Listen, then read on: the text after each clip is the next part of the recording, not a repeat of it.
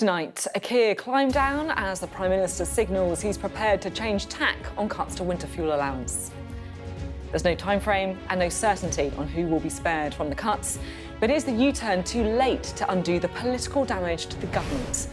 I speak to the former Prime Minister Gordon Brown, who makes the case for only the richest being excluded from the allowance, as he warns about more children being dragged into poverty. We hear how a review into sentencing will propose that sex offenders and domestic abusers could be released from prison after serving a third of their sentence to free up space in overcrowded jails. Under fire from its own side over welfare cuts and Gaza, can Labour get its voters back? And is it right to target reform? Sam Coates has a special report. Plus, out of the mouth of babes, as the White House press secretary invites children to ask her questions. Should I just hand over my job to the tweens? Discussing all that will be just child's play for Sophy Chakrabarti and Nick Ferrari, who'll be with us for the next hour. It's Wednesday, I'm Sophy Ridge live from Westminster, and this is the Politics Hub.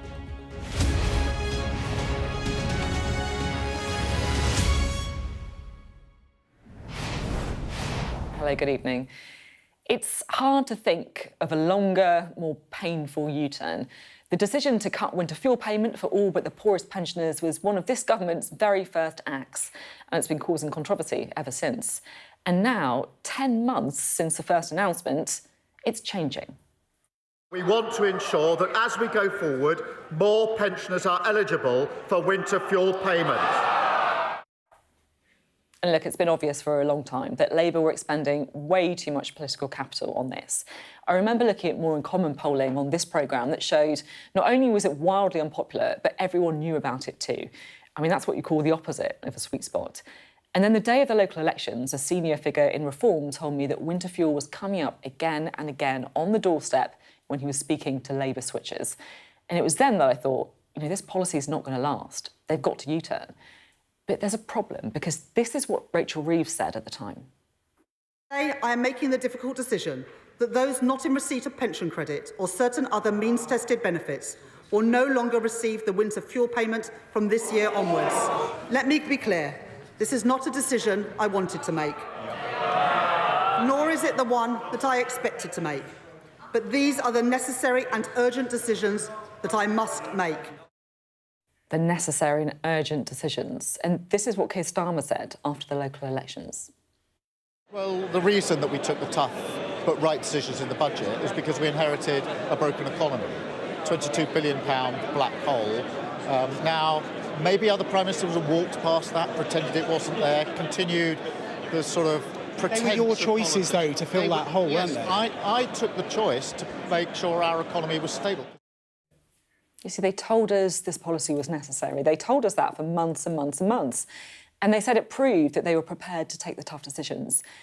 You see, the risk with the 10-month-long U-turn is that you end up with the worst of all worlds. Everyone remembers the policy, the political damage is done, and people are also left asking, I thought this was the government prepared to take the tough but necessary decisions. What happened to that government? Well, I've been speaking to the man who introduced this very policy in 1997, the former Prime Minister Gordon Brown, and we will bring you that full interview in just a moment. But first, let's just get a bit more on what's been said about winter fuel payments today. Here's what the Prime Minister told the Commons earlier. I recognise that people are still feeling the pressure of the cost of living crisis, including pensioners. And as the economy improves, we want to make sure people feel those improvements in their days as their lives go forward. And that is why we want to ensure that as we go forward, more pensioners are eligible for winter fuel payment. As you would expect, Mr. Speaker, we will only make decisions we can afford. That is why we will look at that as part of a fiscal event. Well, our political editor, Beth Rigby, is here with us. So, Beth, what do you make of this? Did they have to do it? Look, there's so much going on in this policy and the politics around it. Look, when you come to the policy, the Prime Minister has announced today there's a shift in policy. It is politically a massive U-turn. In terms of the policy, it's a partial U-turn because they're keeping the principle of withdrawing winter fuel allowance. But he said clearly there they want to make more pensioners eligible, what's going on. I think they've been running some focus groups within Number 10. They've been looking at the policy, seeing if they can adjust it in order to give more money back to more pensioners and in that way try and answer some of the political criticism of it. But the politics of it, let's come to that. There's a number of things to say on this. Number one, it was always unpopular, but as you were pointing out, Sophie, the Chancellor, it was her flagship policy. She said it was necessary and she has defended it day in, day out, with the Prime Minister up to this moment squarely behind her for months. It was already deeply unpopular, but I think there was a theory within government, well, yes, it's unpopular, but everyone's just saying it. When the local elections happened and it came up time and again on the doorstep, that was fed back to Number 10 from MPs who are fuming over it, anxious about it, angry about it, and the noise has just built. I think when I've talked to some in the party, in the operations of the party, they're relieved that this has been done. They think that it will cauterise the damage, if you like. So the damage is there, but at least they can kind of kill off the worst of it, and now they have an answer. But Number 10 were divided on this. Part of the reason that there has been counter briefings is because Number 10 have been divided. There have been people in Number 10 that think politically they need to move on the policy. There are people in Number 10, as you were saying, the damage has been done. What's the upside now of moving on it when it's already hurt us politically? And maybe we could spend that money on other things like changing welfare policy or the two-child benefit cap, which I know you've spoken to Gordon Brown about. So that's why it's been confused with briefings and counter-briefings. Finally, Sophie, the divisions between Number 11 and Number 10, because sources in both camps were saying to me today, this has been signed off by the Chancellor and the Prime Minister, but it won't have gone unnoticed that Rachel Reeves went on the television programmes this morning saying that the policy still stands. Hours later, the Prime Minister announced this partial U-turn on the policy. As I understand it, there are tensions between Number 10 and 11. They are doing the spending review. It's difficult. The mood is bad between the two camps, is what I am picking up. And also there's a sense that Rachel Reeves has been unassailable as Chancellor. And maybe in the words of one MP to me today, this is Number 10 asserting their authority over Number 11 and the Chancellor. I don't need to tell you that when there is policy that is changing like this and it's messy and noisy, that signals that there are divisions in government that are spilling over. And the bigger point of this is they're 10 months into government, they have a massive majority and they're fighting like ferrets in a sack and it's spilling out. And that is messy and it's unnecessary. And I think a lot of people feel that this is a really bad way of doing government. The final thing I would say is that, as we all know, when you blink, people think, can I make you blink again?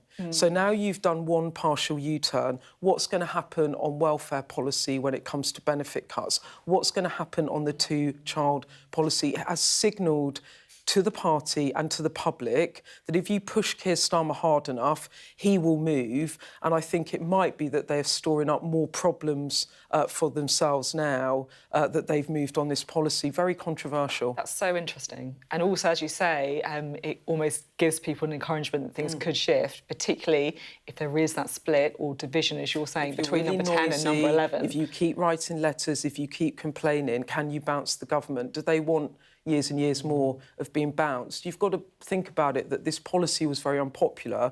They've held it for 10 months. They're 3 to 4 years out from an election and they've blinked. Yeah, so interesting. Beth, thank you very much indeed. Well, listening to all of this, we can bring in a duo for the evening, the broadcaster Nick Ferrari and the Labour peer and former Shadow Attorney General Baroness Chakrabarti. Great to have you both with us. Thank you. Shami, what do you make of this? Did they do the right thing today? Look, I always take your analysis very, very seriously. You're so respected as a political editor for being straight and non-partisan and so on. The only thing I would add to the mix is, because I hear your point about blinking after 10 months, how that looks, but at the same time, sometimes it's better to, if something is a mistake, it's probably better to shift. maybe earlier than 10 months. I mean, we've been sometimes a bit too much back foot and not enough West Wing, i.e. not a big story to tell, not a big vision to sell, and whether it's good or unpopular decisions, good or bad, popular or unpopular decisions, where is the narrative? Where is something people can hang on to? And I think that's what we've been lacking. So if this is to... I've witnessed the unpopularity of this. I speak to a lot of MPs, and there'll be a lot of councillors and ex-councillors who will testify to just how bitter this particular policy has been. But I would add, you know, not moving on two-child benefits, some of the disability benefit cuts and so on. I think there needs to be a story to tell. Now, as I understand it, Gordon Brown, my goodness, he knows a bit about tensions between number 10 and number 11, doesn't he? As do others. He raised an interesting suggestion that you could, you know, deal with the millionaires and take them out, but think about many more people. And I just finally on this, I've always wondered why, in this new age of tech and AI, we can't finally merge the tax and benefit systems so that people get credit for being old or infirm or having dependencies, but you can take out of their tax the fact that they are super wealthy. Yeah, we'll hear that interview with Gordon Brown just after this, actually. But, Nick, I just want to bring you in. What's your take? I can hear you listening to Beth. Can you smell the whiff of burning rubber with this screeching U-turn? Now, we shouldn't go aside ourselves, political commentators, because if you're going the wrong way up the M1, it probably is a good idea to turn around, otherwise you'll end up where you don't want to go.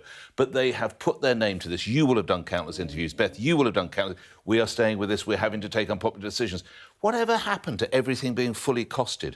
This is a disaster. The supposedly brilliant, prudent financial watchdogs are about as good as an elderly blind dachshund. This is the reality. This is incredibly humiliating. This puts Nigel Farage, I think, even in a stronger position because, as Beth rightly says, this is what's come up on the doorstep. And I am told that every chancellor since George Osborne was offered this policy was told about doing these sort of things. And even he said this is too far. It's a terrible political price they've paid. Now, again, if you've got something wrong, credit to you that you turn around. But they will pay a political price for this, without doubt, because they just look so remote. And they've defended it too many times to you, too many times to you, and too many times to me. Yeah, it's that political capital, isn't it? Thank you both very much indeed. Thank you very much as well, Beth, for your analysis. Well, as Shami was just saying, we've been speaking to the former Prime Minister Gordon Brown about this and also much more. Let's have a listen.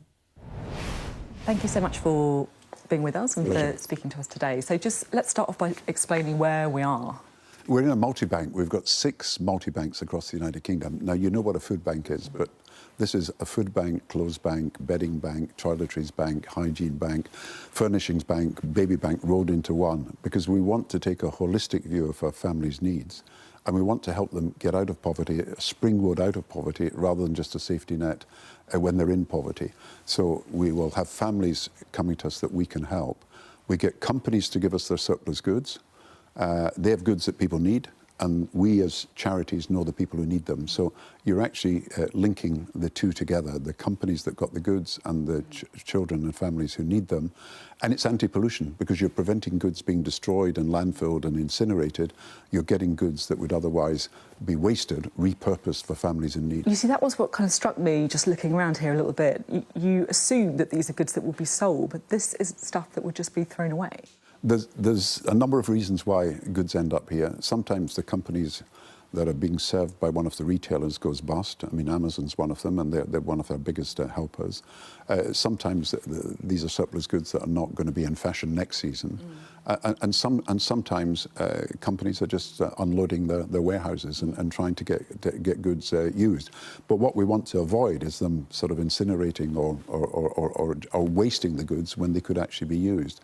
And it does make a real difference. I mean, when we opened the warehouse in Swansea, it was fascinating because a young girl had never had a new good in her life. It was always second-hand. And she was being bullied at school because she didn't have proper trainers. Now, we were able, because of a gift, to give her the sort of best trainers.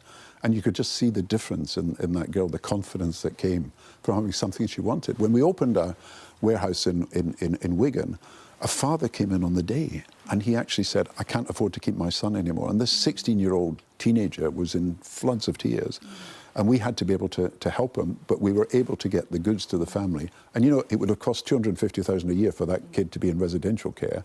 With a few more goods to the family and a few more pounds, he was actually kept out of care and came back to the family. So you can make a difference in small ways, but we've delivered about 8 million goods in the last period. And it's about £80 million worth of goods. Our target is £200 million, 20 million goods in the next year. And that means we want more companies and we want more donations to make it possible. And we want companies to give us basic goods like soap and shampoo and toothpaste, which are not often in surplus, but which are absolutely basic. It still feels slightly strange to me seeing you, someone who's so familiar to us, former Prime Minister, in food banks. It feels like you've taken quite a different journey, shall I say, to some of your other predecessors in what you're focusing on and what your priorities are in your kind of post-Number 10 life. But I grew up in a town which was experiencing unemployment and a lot of poverty. My school class had a lot of travelling people. I knew the poverty that existed then, and I never thought I would see it again. Honestly, I thought that we'd got rid of that kind of poverty. But now I see, you know, children going to school ill-clad and hungry. You witness families that are having to choose between eating and keeping clean, just buying things like soap and toothpaste. You see mothers queuing up at food banks because no matter how hard they work, they cannot make ends meet because the cost of bringing up a child is so high these days. And so if we can make a difference, now clearly the government's child poverty review is the key to moving things forward, but I think you will need for a long time in the crisis support system that is really broken, you will need companies, charities, foundations, local government and national government to come together in a partnership to make a difference. When people fall into crisis because there's cancer in the family or because there's a family breakup or because they lose their job, then there isn't a proper crisis support system and we've got to do something about it. Now, if we can help in some way, I feel that's making some difference to the lives of people who otherwise are forgotten, otherwise left behind. When you talk and write about poverty, it's very clear that you hold the austerity under the previous Conservative government deeply responsible for this. And I get why you do that, and I understand that you're a Labour man, you're Labour through and through. But this government's been in power for a while now, and they have made some choices on things like extra defence spending or the benefits bill or the budgets that they put forward. Do you think this government needs to take more responsibility now for child poverty? Yeah, I think they've set up the child poverty review immediately they came into government. It was a promise in their manifesto. The review is looking at all the things that we're going to be talking about, the measures that could be taken and also how to fund them. That review is going to report very soon. So they've raised the minimum wage, that's really important, raised the youth minimum wage by 16%, put more money into the benefit system in order to end the deductions, which was causing a lot of destitution, people having their benefits deducted at 20 or 30%. So there's a few changes being made, but the big changes will have to come from the child poverty review. I'm prepared to give the government time to sort it out because we want to get it right and we want to get the changes that last.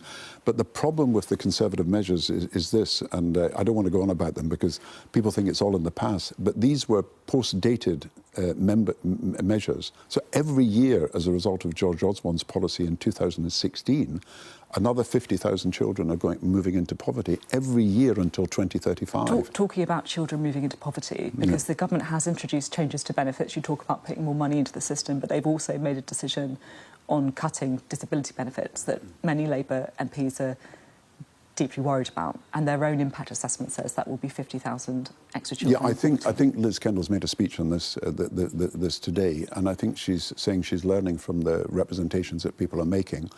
I would like to see a situation where no child is forced into poverty as a result of these changes, and I would like to see a fairness guarantee built into the system, that no matter what medical advice has been given, of course, about whether people are eligible for this or that, and that's really a medical problem, that nobody should be forced into poverty as a result of the changes. And I think once Liz Kendall and others listen to the consultation, I think that's what they will eventually conclude. So currently you're worried about the policy in its current form. That's fair to say, is it? I think she said today that she wants to learn from the representations that have been made. And what's the representation you would be making? That child poverty should not continue to rise, that we've got to get it down. And if any measure is pushing child poverty up, we've got to take measures to bring child poverty down. Now, the Child Poverty Review will be looking at exactly that issue. I have submitted evidence. I mean, they did invite evidence. I'm not sort of trying to be a backseat driver here. I'm just submitting evidence because the multi-banks and others were invited to give evidence on what's happening. And I've been around the country. I've seen what's happening. I've seen the divide growing between people on the very lowest incomes and even people on middle incomes. It's not just a gap between rich and poor. It's a gap between people at the very lowest level of income and people who are on average wages. And I think we can do something about it. Oh, there's a two-child benefit cap as well. We know that it's something you're uncomfortable with. Yeah, 70% of children are in families where someone's working. The myth about the two-child benefit cap was that these were families where nobody was working and you had to sort of not indulge them because they were having children, because they were gaming the benefit system. It's just not true. 70% of children are in working families where someone is working but not earning enough. And the rest are usually families where there's sickness or disability or where there's temporary unemployment or where, to be honest, mothers can't afford to go out to work because they can't afford the childcare. So all these things are factors in the reason why people are in poverty. And the two-child rule is pretty discriminatory. If you have a third child, you immediately lose what you would have had, which is £66 a week. Now, that's a massive amount of money. Now, £66 a week is not enough to bring up a child. Everybody knows that the costs of bringing up a child are a lot greater than that. But to lose that kind of money seems to treat a third child as a second-class citizen, and that does not seem to be right. Now, most of the government ministers who are in power now have said in opposition that they think the two-child rule is unfair. And the question is, how can you afford to do something about it? And I'm not one who puts proposals without saying, here's a solution. Former Chancellor. And I feel obliged because Rachel Reeves has to meet a whole series of demands, and I appreciate that. She's got defence requirements that have emerged almost overnight because of Ukraine, but she's also got the health service that needs to be properly financed, the police service, and she's got housing and all these things, education. So I'm suggesting how she might do this, and I've suggested two things in terms of raising money. One is the gambling industry. It's very undertaxed in this country compared with other countries. The online gambling, which has risen dramatically over the last few years, but our tax rate is way below the European average, way below even New York and Delaware for online gambling, and Delaware is regarded as a tax haven, way below Germany, which has a massive tax rate on online gambling. So I reckon you could raise $3 billion from that would cover the changes in the two-child rule. But I also think that you could do something about the banking system. There's money left at the Bank of England by the banks overnight and for stability purposes. We didn't used to pay interest rate on that to the banks, but now we're paying 4.25%, and that's costing a lot of money. And I think we could have a tiered system that would raise another $3 billion. Can I ask about another big story today, which is Keir Starmer indicating that he's going to look again at the winter fuel payments. You, of course, brought this in when you were in government. Do you think it's the right move to try and make sure that fewer pensioners are affected by this? Yeah, I think what Keir's saying is the economy has improved and he feels that the country is in a better position. They can afford to do better by the pensioner community. And I think it's back to what I'm saying, a fairness guarantee. You must be fair to the different communities in your country when they're struggling. And so you've got to be fair to, obviously, people who are suffering because of any changes in the benefit system. So I don't want to see anybody pushed into poverty as a result of that. And you've got to be fair to pensioners. And I think there is a strong case. I did bring it in. It's a universal benefit. I think there is a case, for example, for not people on the top rate of tax not receiving it. But that's something the government has got to decide. I think that was in the Labour 2015 manifesto. So I think the government's got decisions to make about how to do this. But to me, the issue is nobody should be pushed into poverty if they're doing the right thing. Nobody who's working hard or nobody who's served the country well over their lifetime should be pushed into poverty if we can avoid it. And I believe that that's what he's really thinking about, a fairness guarantee for pensioners. We've spoken a lot about children and children in poverty, and it's clearly something that drives you, that gets you out of bed in the morning. So I just wanted to ask you, if I may, about the situation in Gaza, where we have seen children suffering because of the circumstances that they were born in, not because of anything that they've done. Do you feel that the international community needs to do more? I was involved in 2008-9 in trying to move forward a two-state solution. I was talking to the PLO, and I was talking to Israel, and I was talking to the Saudi Arabians. And there is a two-state settlement that's available that would give comfort to people who are suffering in Gaza, and I still hope that that is on the agenda. But in the last few months, I put forward a proposal from my position as UN envoy in education for the children of Gaza.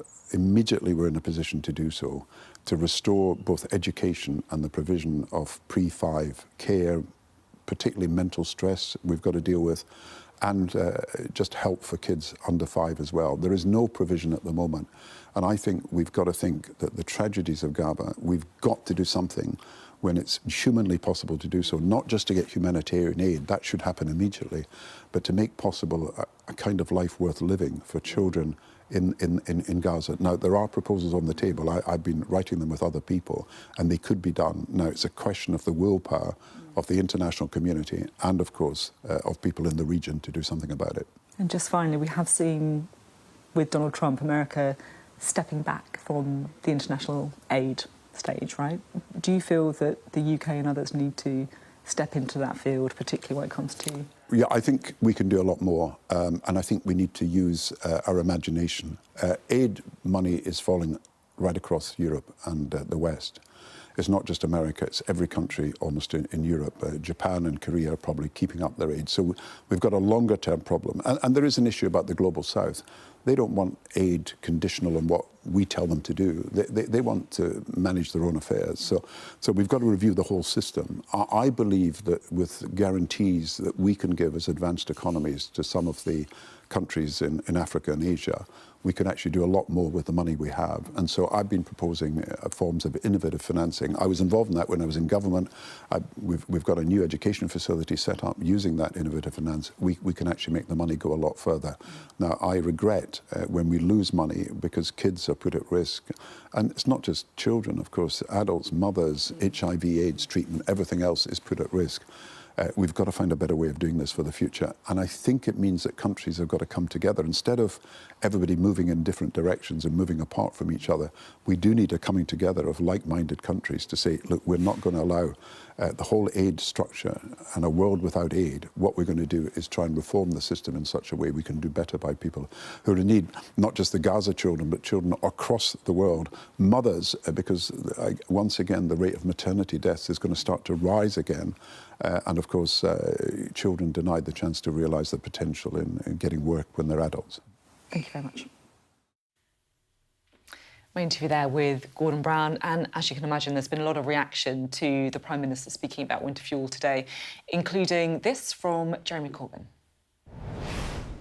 It is a bit of a U-turn, but not much of one, because it's very unclear what he intends to do. They took a sort of global figure and decided they were going to cut the winter fuel payments to anyone earning over, I think it was $10,000 a year. Well, that is a very low income anyway, and even well below the minimum wage and so on. So they said it was going to go for all of them. There was a big kickback against it, so they now said they're going to review it. Yes, they are saying they made a mistake, and I hope they're now going to go a bit further. Jeremy Corbyn speaking there, and here was the reaction of the Conservative leader, Kemi Badenoch. Well, it was inevitable. We knew this was a bad decision right from the get-go. We told the Prime Minister that in July. Conservatives have been telling him, we kept the winter fuel payment for 14 years. How is it that he is letting it go? It's making pensioners vulnerable, facing a lot of hardship, and now it looks like he is U-turning, but we don't know the details. Why is he doing this now? It's because he's feeling political pressure. He should have listened to all of those elderly people and pensioners who were on the winter fuel payment who told him this was a cruel decision. Let's talk again, shall we, to Nick and Shami.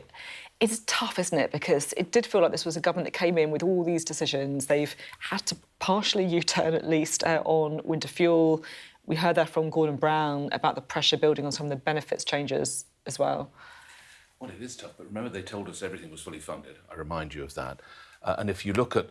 it was last week when we suddenly have to believe that Sir Keir Starmer and the Labour government are going to be very tough on people arriving in this country, and he sort of tried to come over as Charles Bronson. He was probably a bit more Charlotte Bronte than he was Charles Bronson or whatever. It just didn't seem right, the words coming out of his mouth. And now, as Beth Rigby, your political editor, was saying, there's clearly tensions between numbers 10 and 11. Now, that is not unknown to government, as you know, probably better than most, but it's not playing out well for the electorate. They had, I mean, even Shami's got to agree, they had a very bruising local elections. The fault lines were clearly displayed, one of which is the winter fuel, another of which was, I think, probably their position over migration. And in a way, that seems to be now driving a lot of the policy. And then you look at someone like Gordon Brown. I mean, Sophie, I have to say, that is a statesman talking, isn't it? When you listen to that, I mean, a lot of what he said, and I have to remind myself that many of my listeners question his wisdom over selling gold and whatever, but he is a statesman, whatever you say about the man, and I thought that shone through in your interview. Yeah, I get the same reaction on social media, by the way, the same tweets about gold, or about pensions and so on, but when it comes to child poverty, I have to say the guy's got a huge amount of credibility. Total. That's an exemplar to any former Prime Minister of any party. Totally agree. How to intervene in the debate, the timing and the manner of it. Not the eve of local elections, by the way, but... and You're talking about anyone there? No, and very respectful of the new government, but just gently and constructively offering offering a nudge in a different direction. And how he spends his time, he's not enriching himself, as far as I can tell. He is. You were interviewing him in a multi-bank, exactly. It is extraordinary. So credit to him, and just gently offering some of the language and some of the narrative, actually, that Number 10 really needs to learn He's very keen not to be a backseat driver, and he's always very, I guess, anxious about straying out of his lane and being unhelpful to the Labour government. But it just feels like on child poverty in particular, he feels like he has to talk out about it. I think that came across, I really do. Well, that's his meat and drink, isn't it? And as Shami rightly says, that's what he's doing every day. He's trying to put that right. So some of the policies that are coming from the party that he clearly loves, as you said, he's Labour through and through. He would cut him and he'd bleed Labour. It must really, really smart with him at times. Has to, doesn't it? And I think that came across in your conversation. So it's smarting with you? Is it smarting with me? I think, as I say, my biggest concern is I want to hear a narrative of what Britain could look like in the sunny uplands. We've heard about the gazillion-pound black hole, but what's on the other side of it? It was all fully costed. But look, I hear you. No, but it was. But Nick, whether things are costed or not, there has to be a story and there has to be a vision to carry people through in the difficult times, with difficult decisions, as well as changes of mind, as well as happier decisions. We'll be talking more about Labour strategy later in the programme. Thanks both very much indeed. Well, of course, the U-turn on winter fuel is sure to feature in tomorrow's papers. We'll have our extended press preview from 10:30 this evening with tonight's news and tomorrow's headlines. Joining us will be the Daily Mirror's associate editor, Kevin Maguire, and the political commentator, might have heard of him, Adam Bolton. Well, last week I visited Preston Prison to see a breaking system firsthand. And now we're hearing that criminals, including sex offenders, could be released from prison early to try and free up space. It's all part of the long-awaited sentencing review. We can go now to Sky's Molly Malone, who is up at Preston with me. She joins us now. Molly, what are we hearing? Well, I think tomorrow is going to feel like a big kind of punctuation point, if you like, in the prisons crisis. We've been hearing it for months now. They are completely full. The men's estate is at 99% capacity. And it's with that backdrop that the government commissioned this sentencing review led by the former Conservative Justice Secretary, David Gauke. But while many reformers, if you like, sort of agree that change is needed, I think what his recommendations will provide is some kind of political cover for the government in that they're independent recommendations, because I think some of what we're going to hear tomorrow from this review of sentencing policy will feel controversial. One of the headline proposals which we expect to be announced is that those that are serving standard sentences, so that's the most common form of jail term, if they comply with rehabilitation programmes, if they take part in meaningful work and activity while in prison, well, then they can be set to be released after serving a third of their sentence inside prison, and then the rest of their sentence, well, they'll be supervised for some of it, the second third, but then that final third of their sentence, if they've done everything right, if everything goes to plan, well, then they won't be supervised at all. And as you said, some of those offenders will include domestic abusers, will include sex offenders, although for 4 years plus. So for the more serious offenders, well, then there will be some exclusions. So that's one of the kind of headline, perhaps more controversial sides of what we expect to see announced tomorrow. Other recommendations will include the scrapping of certain short sentences. We've been hearing it for a while, haven't we? But reformers in the kind of prison service feel that short sentences of under 12 months, well, for many offenders, you're not really doing them any favours. If anything, you're perhaps making them a hardened criminal. So the idea is that you toughen up community sentencing and community alternatives. So that's another kind of big recommendation which we expect to come out. Those are probably some of the more controversial things. But I think who's this going to fall on? Well, it's going to fall on the probation service, and it's going to fall on the police. The probation service, remember, we constantly hear those reminders that they're stretched, they're finding it difficult to train new staff, recruit new staff, and hold on to the more experienced staff. Well, if we see less and less people, somewhere in the region of perhaps 9,500 less people going to prison, well, then the pressure is going to be on the probation, the police service. And if they're not managing, sort of, if they're feeling stretched in the community to manage these offenders, well, that's where the concerns for victims come in. So none of this will be easy. It's all controversial, but I think most reformers agree that something needs to change. Molly, thank you very much indeed. Molly Mullane speaking to us there. And of course, we'll be giving full coverage to the sentencing review when it happens here on the Politics Hub. Coming up on the programme tonight, will Keir Starmer's strategy to take on reform work, and can they win voters back to their side? And Deputy Political Editor Sam Coates has been analysing the numbers.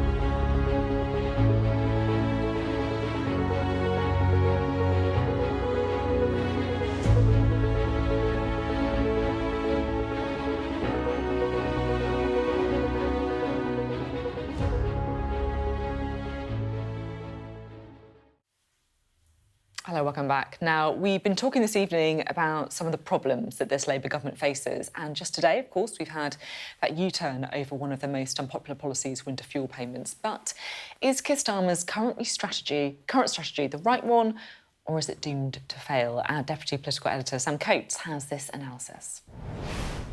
Last year, Nigel Farage's party, Reform UK, cost the Tories dozens, maybe 100+ seats at the election.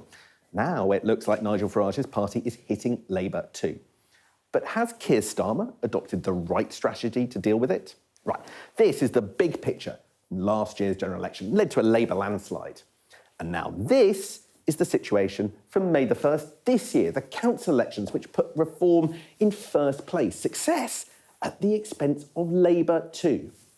So what would happen if we assumed that that result was evenly replicated across the parliamentary constituencies where there were elections? This is where those county council elections took place in England, shaded in grey. And within these areas are 77 complete Labour-held Westminster seats. Or here they are in a list.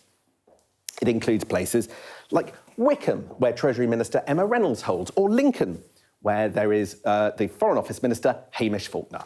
Now, if for fun we map the county council results for May the 1st evenly across these general election constituencies, almost all those Labour seats are gone. All lost, apart from 5 of them. Mostly, it has to be said, to Reform UK. And what if we took that swing and applied it evenly across the whole country? Well, we could even see Angela Rayner losing her seat in Greater Manchester, Liz Kendall, Jess Phillips in Birmingham, gone. Now, yes, local and national elections are different, but it's worth noting that the YouGov national opinion polls paint a pretty similar picture to the local elections.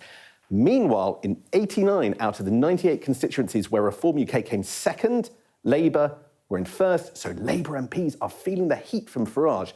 And this man knows it. He knows the Reform UK threat is real. And he's chasing their voters. And you can tell this in recent announcements. Slashing aid spending, abandoning green promises, hard talk about immigration, and living on an island of strangers. So all of that seems sensible given the Reform threat? Actually not. Let's look at some interesting data. Right, this block here, this is all of the people that voted Labour in last year's general election. Now, thanks to YouGov polling, we know what people in this block now would do with their vote. And it shows Labour has lost more than half of last year's voters. Just 46% say they still vote for Keir Starmer's party.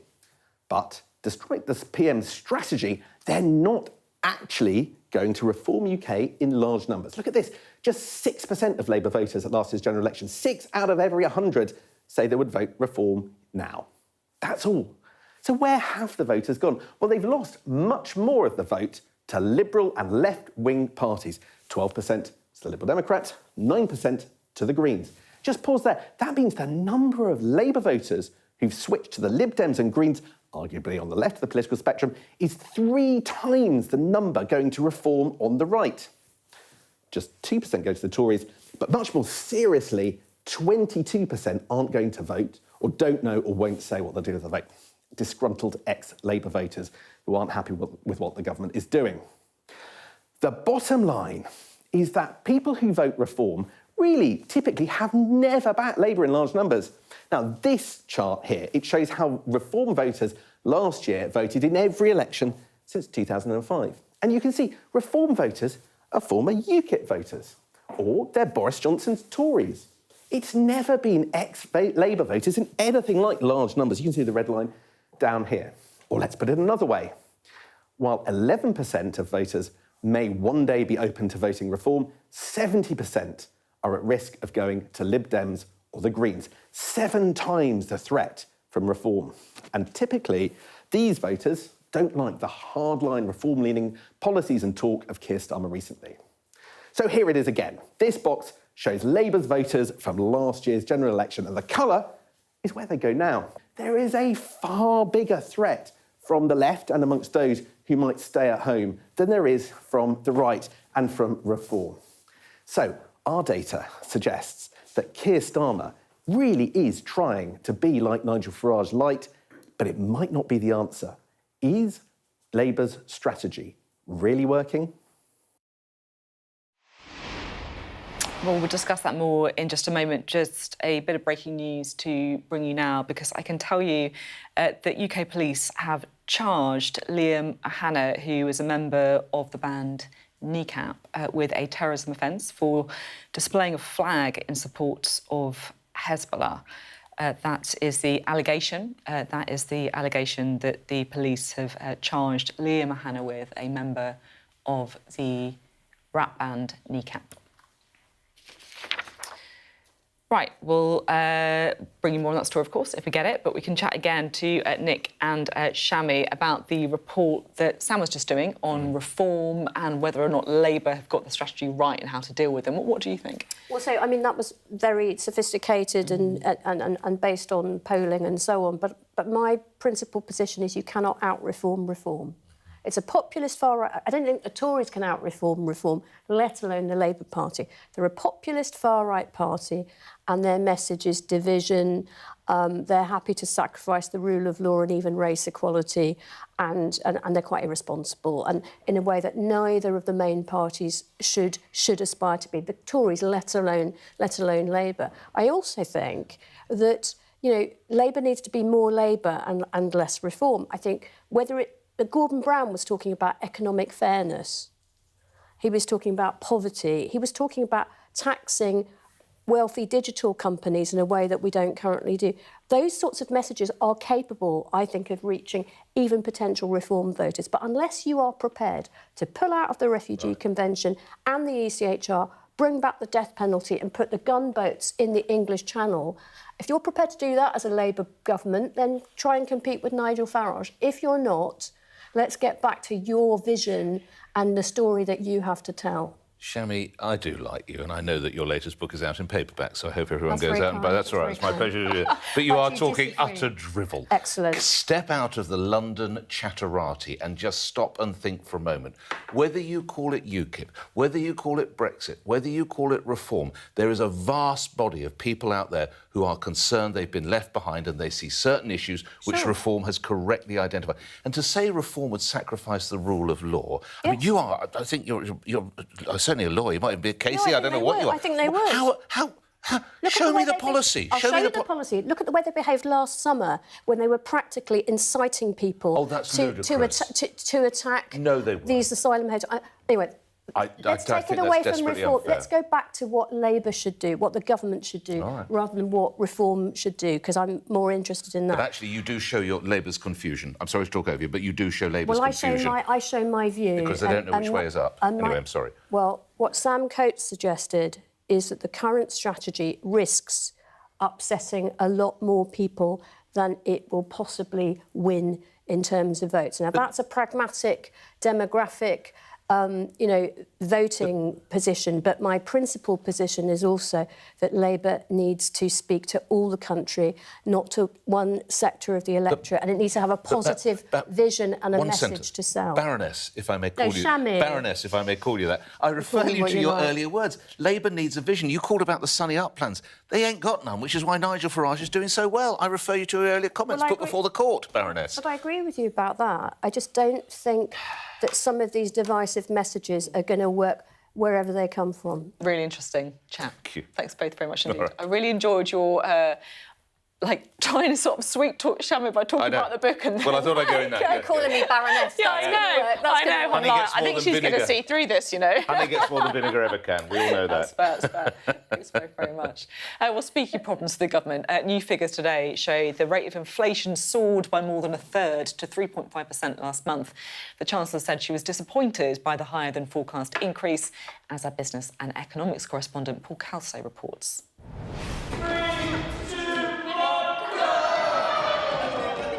The cost of living squeeze is turning into a marathon, not a sprint. Inflation in April was the highest rate in more than a year, driven by an increase in household bills, and no surprise to mothers in Moseley in Birmingham. We've felt the pinch and we definitely have had to make cutbacks in other places. Yeah, there's been months where we have had to ask for help for mortgage costs, the bills, everything has just crept up. Like, compared to how much I used to spend before, even with an extra mouth to feed, it's just ridiculous how much you spend on food, like energy bills, or everything really. CPI inflation rose to 3.5% in April, the highest rate since January last year and well above the Bank of England's 2% target. Energy, water and mobile and broadband bills all jumped by more than £100 on average.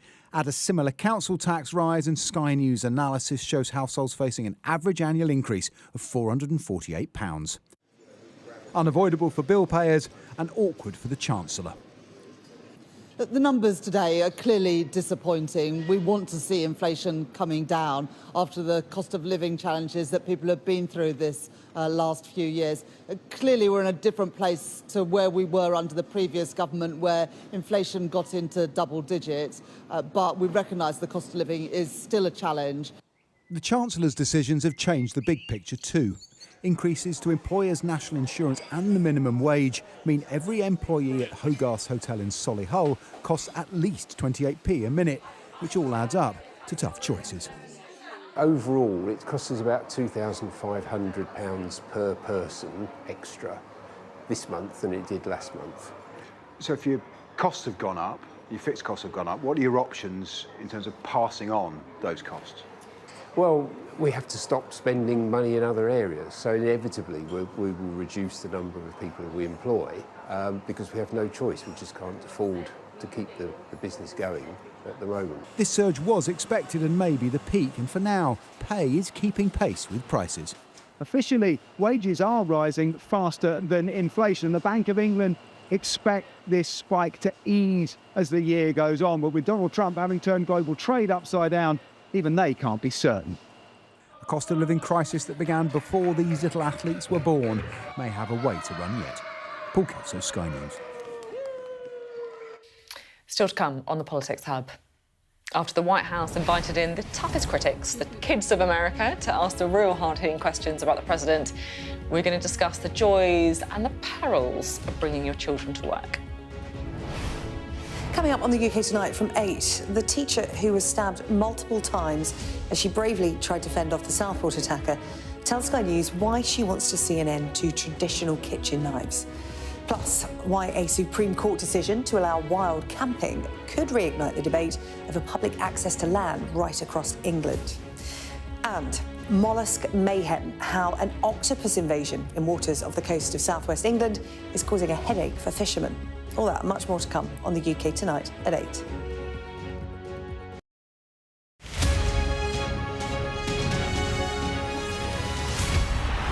clubs, 10 matches, one final day. It's Premier League Championship Sunday. Broadcasting and streaming live. The Champions League chase comes to an end. And Liverpool are crowned in front of the Anfield faithful. Premier League Championship Sunday. All starting at 11 a.m. Brought to you by Expedia. They are pushing forward, trying to get people to disperse.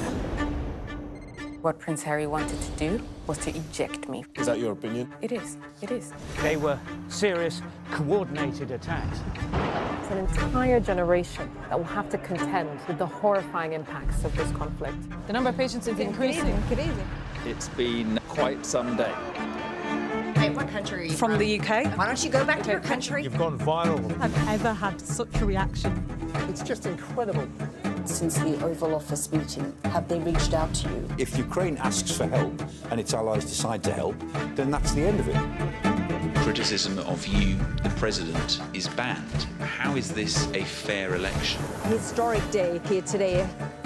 Beth Rigby from Sky. You said to people, I'm not coming back for more, but you have come back for more. There could be some more painful decisions to come. Thank you. Thank you all. We are under Israeli military restrictions in terms of some of the things that we can film, but it's important to be in there. What a slow drive for the president as he approaches his golf club. 4 more years! Free wherever you get your news. I'm Mark Stone and I'm Sky's correspondent based here in Washington, D.C. Our app gives you the very best of Sky News wherever you are. Breaking news, videos and analysis. Evidence of the crisis. Podcasts watching us live. I'm live in Jerusalem. Wherever you get your podcast. All in one place and all at just the touch of a screen. The Sky News app. Get the full story first.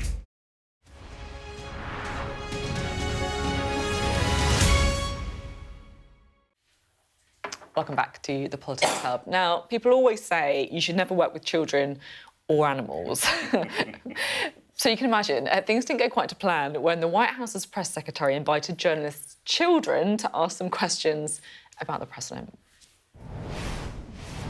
Which is Donald Trump's favourite president besides himself?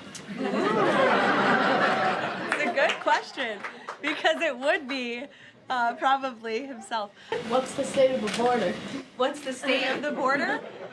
I can assure you the border is the most secure it has ever been. What's the president's religion? What's the president's religion? The president is a Christian and he believes in Jesus. How many people has he fired? How many people has he fired?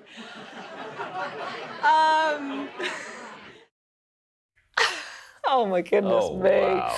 What was the answer to that question? Oh, exactly. This is it. I think Mum or Dad might have primed that question for that little one, don't you? That's it. Have you ever risked it? No, I've never done that. I remember once someone, because the children, there's no filter. No. And they came in and they watched, I don't know, the last half hour of the show, and then I went up and I met my colleagues and said, hello, how lovely to meet you. And the child just said, why are you always so cross? Great question. It's a great question. What did you say? I don't know. It's what I do. So I'm going to get up too early in the morning. Yeah, that's right. Probably something like that. Yeah. Politicians and kids? Well, I think made in heaven. Well, we know that politicians want to kiss babies, and they probably and they think they'll look sympathetic and so on. But there are these trick questions that can come out of nowhere. Apparently, he said that, or she said, the spokesperson said that George Washington was his favourite former president, other than himself. But I think Sky News has hit on a new format here. So don't worry about Prime Minister's question time. It should be primary school children's question time, where wouldn't it be great? And you just got a different school from a different, and they just threw questions at the PM and Kemi and all the others. It would be fantastic. And they can wriggle out of them. You know, they can't. You have to answer the kids because it's directly, no filter. Because it's no filter, and they're answering them honestly. And I think that's it. I love the time on the campaign trails where you always get the kind of bored kids at the primary school visit who are like yawning or picking their nose is always a good one. Picking their nose. Behind the PM. I know, I absolutely. Because the idea is to use them as a prop, but actually they're not going to be used as a prop. They have a few things to say. Yeah, they always do. That's a great idea, though. I mean, it does show a certain warmth. They've never done that with the previous president, to my knowledge. I don't think so. That's really cool. Oh, that must make it a great presidency. There we go. We can celebrate that. You heard it here first from Nick Ferrari. No, I like that idea. Fabulous. That's nice. You just like hear children asking questions. When I get callers, I love young voices on the show. It's just such a different perspective, particularly and a youngster chuckling. It just lifts the whole day, doesn't it? Well, you've got them. I mean, you know exactly what I'm saying. Little ones laugh. But they're brutal though as well. They can be brutal. Mine's often about like, Mummy, can you wear more makeup more of the time? Can you wear more? I like you when you look on TV, not how embarrassing you are when you're like the rest of your life. Welcome to Paradise. Thanks both very much indeed. Great to have you on the show today, Shami and Nick Ferrari there. Well, that is it from us tonight, but I'll see you tomorrow at 7. Up next, of course, you've got the UK Tonight with Sarah J. Mee, and then 9 p.m, The World with Yalda Hakeem. But I will see you right here tomorrow at 7.